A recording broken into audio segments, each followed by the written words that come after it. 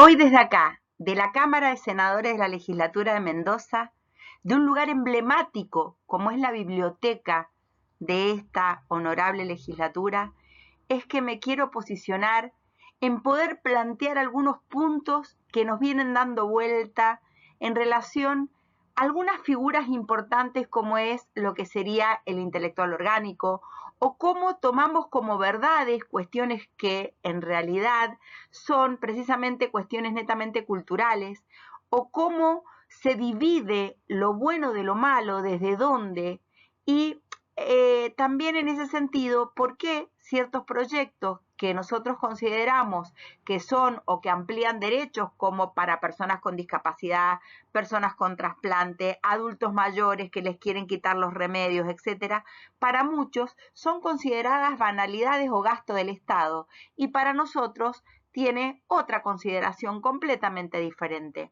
Y acá realmente por eso es importante tomar un punto fundamental que es el del intelectual orgánico.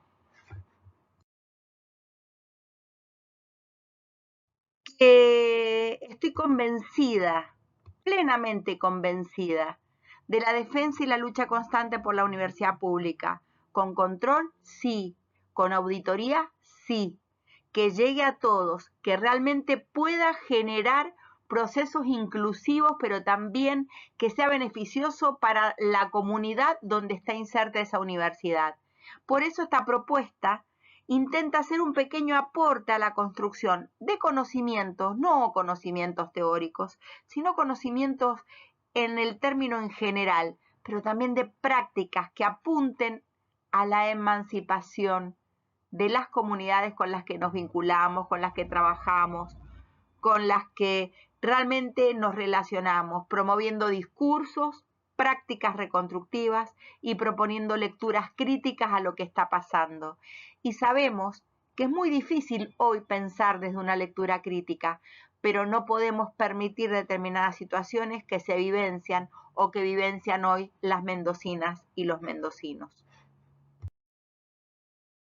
Y para muestra un botón, cómo ha influenciado el sentido común, cómo ha influenciado estos intelectuales orgánicos, nuestra manera de ver, de relacionarnos, de entender lo que es el otro, y una grande como Mafalda y su padre Quino nos traen a partir de determinadas viñetas justamente cómo se va rompiendo esas representaciones sociales, ese inconsciente colectivo, con cuestiones que hoy se dan como verdaderas. Por ejemplo, en un diálogo que me encantó entre Susanita y Mafalda, Susanita dice: soy una convencida que la gran mayoría de la gente que es pobre no lo hace por maldad. Fíjense la aporofobia que se genera. O por ejemplo, democracia del griego, ¿no? Y lo que significa gobierno en que el pueblo ejerce la soberanía. Y obviamente Mafalda riéndose. Es decir, muchas de las cuestiones ya nos van dando y nos están haciendo ruido y las podemos ver desde otro lugar.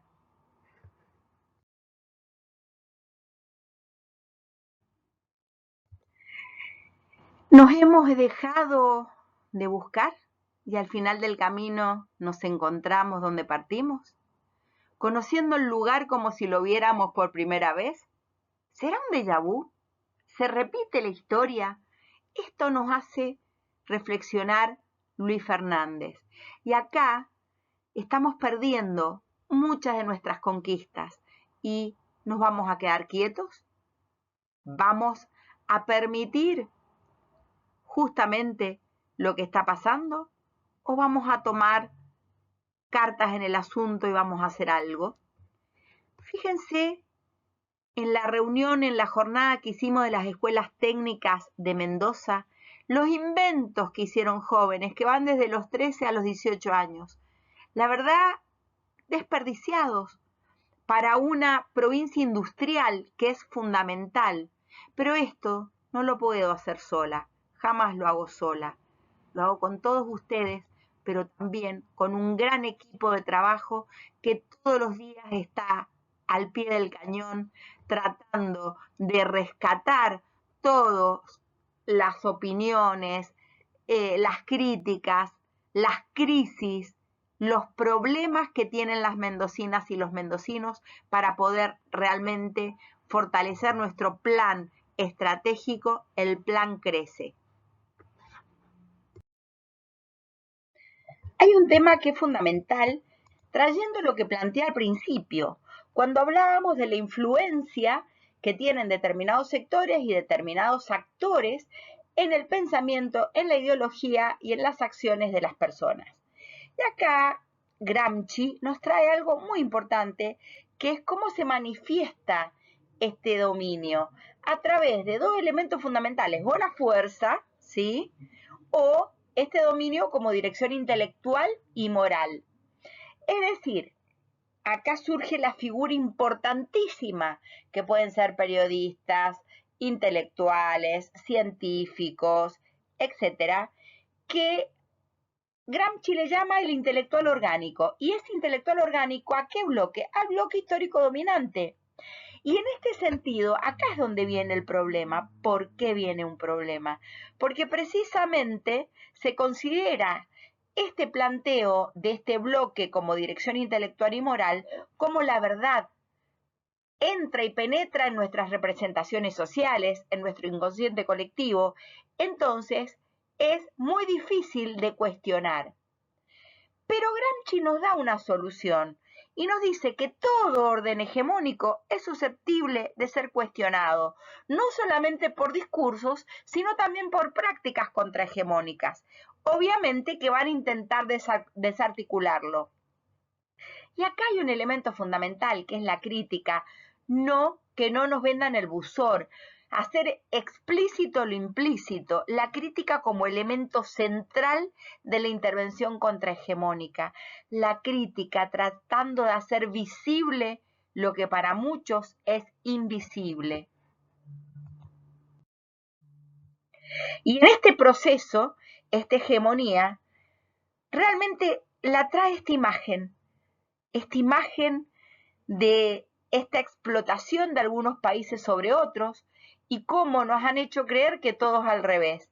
Y este proceso de dirección política, este proceso de dirección ideológica, en el que una clase o un sector logra una apropiación preferencial de las instancias de poder en alianza con otros grupos, admitiendo obviamente espacios donde grupos subalternos desarrollan prácticas independientes y no siempre funcionales a la reproducción del sistema. Y acá es donde empieza el cuestionamiento. El tema que cuando ha penetrado las representaciones sociales, la hegemonía se incrementa, la hegemonía se infla, la hegemonía se hace justamente un pensamiento verdadero. Estos grupos dominantes, obviamente, que construyen su hegemonía para controlar a los sectores dominados, pero a través de ¿qué?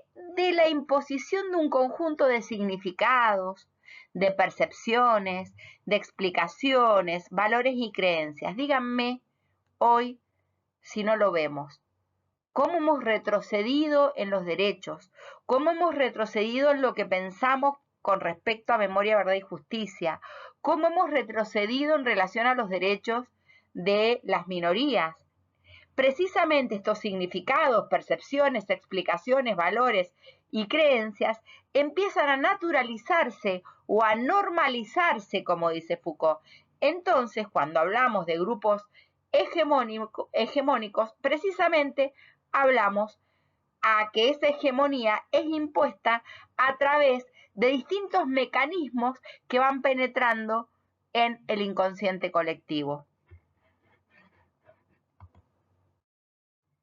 Y acá cada uno de los temas que hacen a la centralidad de un proyecto, de un programa, de un plan integral, estratégico y con prospectiva, empezamos a generar algunos cuestionamientos. Por ejemplo, qué significa el papel del intelectual orgánico y cómo influye en que no podamos ver lo que está pasando. ¿Por qué las mendocinas y los mendocinos no nos estamos dando cuenta del desastre en el que estamos viviendo. ¿Qué características tiene Argentina o qué características tiene Mendoza esto? ¿Cuánto y cómo influencia la gestión estratégica a corto, mediano y largo plazo? Obviamente, ¿qué vigencia tiene dicho movimiento en la actualidad? Fíjense, hay un dato fundamental, pero parece que estamos totalmente negados a poder ver estos elementos. Un informe de precisamente el Centro de Estudios de Análisis y Seguridad de Mendoza dice que el crecimiento de la inseguridad en Mendoza, por ejemplo, en cuanto a delitos totales, desde el 2020 a la fecha, crecieron un 59%, más de la mitad, casi un 60%. El Centro de Estudios también señala que si tenemos en cuenta los últimos años, es decir, los últimos 15 años, es decir, de 2008 al 2023, los delitos se incrementaron un 52% en tierra mendocina. Este es un pequeño ejemplo de lo que vemos todos los días y vemos que no se puede solucionar, menos teniendo un mismo Ministerio de Seguridad y Justicia juntos. Es como poner al zorro a cuidar precisamente a la gallina. En este sentido, este es un pequeño punto, pero cuando nos toca a cualquiera de nosotros, esta situación que viven y vivencian miles, y por decirlo de una manera, más de 1 millón de mendocinos han sufrido situaciones de inseguridad y es grave realmente. En este sentido, cuando hablamos de homicidios, que ya estamos hablando de algo más grave, desde el observatorio aseguran que si bien el dato macro indica que a nivel nacional los homicidios han bajado, justamente en Mendoza se han incrementado, ¿no? A nivel nacional bajan y en Mendoza se incrementan. En lo que va del 2024, ¿sí? Que es el año que a todas luces será el más violento de la historia. Es más violento incluso que el 2023. Un dato alarmante es que el 59,6% de los asesinatos de 2023 ocurrieron en Guaymallén, en Las Heras, Godoy Cruz, entre otros departamentos.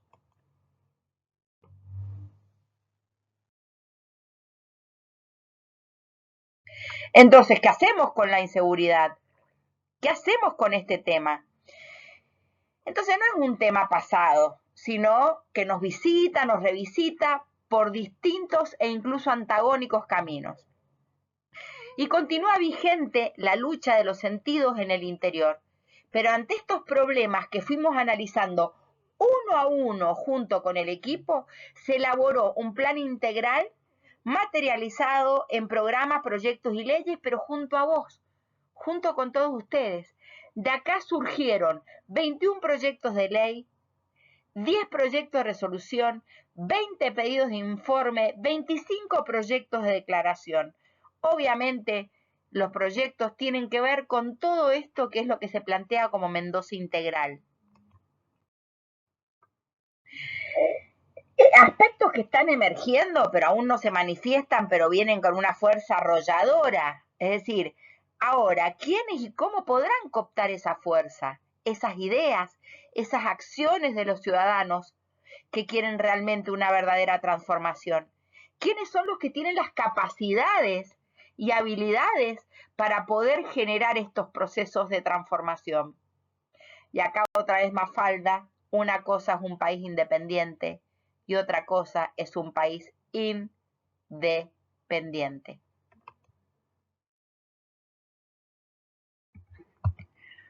Una imagen vale más que 1000 palabras. Mírenla. ¿Seguimos colonizados? ¿Podemos tener la mente tan colonizada de no poder ver lo que está pasando? Precisamente siendo cómplices de esta situación, generando leyes que son beneficiosas para muy poquitos y dejan a muchos fuera, negándole los medicamentos a los jubilados, quitándole las prestaciones a las personas con discapacidad, no aprobando o no aprobando precisamente la ley en relación a trasplantes, entre otras tantas cuestiones. Y lo productivo, y el trabajo, y las pymes que cierran, esta imagen nos dice todo. Y como dicen, no hay principio sin final. Y justamente esta foto refleja cómo estos proyectos, que parecen muchos, son ideas de ustedes. Ustedes son las que lo traen y las que nos acompañan justamente en estas luchas, como precisamente la organización de personas trasplantadas que nos dijeron lo que está pasando y cómo no se respeta la ley en nuestra provincia. Entre otras tantas, como las personas con discapacidad que se manifestaron justamente enfrente de la legislatura, o las personas que están muy enojadas por que van a venir a saquearle sus recursos naturales con el RIGI, etcétera, etcétera, etcétera. Tenemos el plan Crece, lo estamos trabajando, te necesitamos para poder trabajarlo y que Mendoza vuelva a ser el faro del oeste argentino. ¿Sabes qué? Lo único que puedo decirte, muchas gracias.